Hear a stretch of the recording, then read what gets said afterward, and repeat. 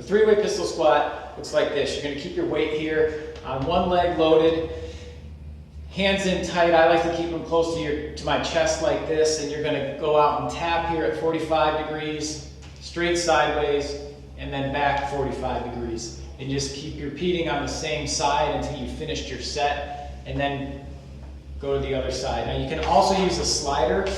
I like that a lot better, personally.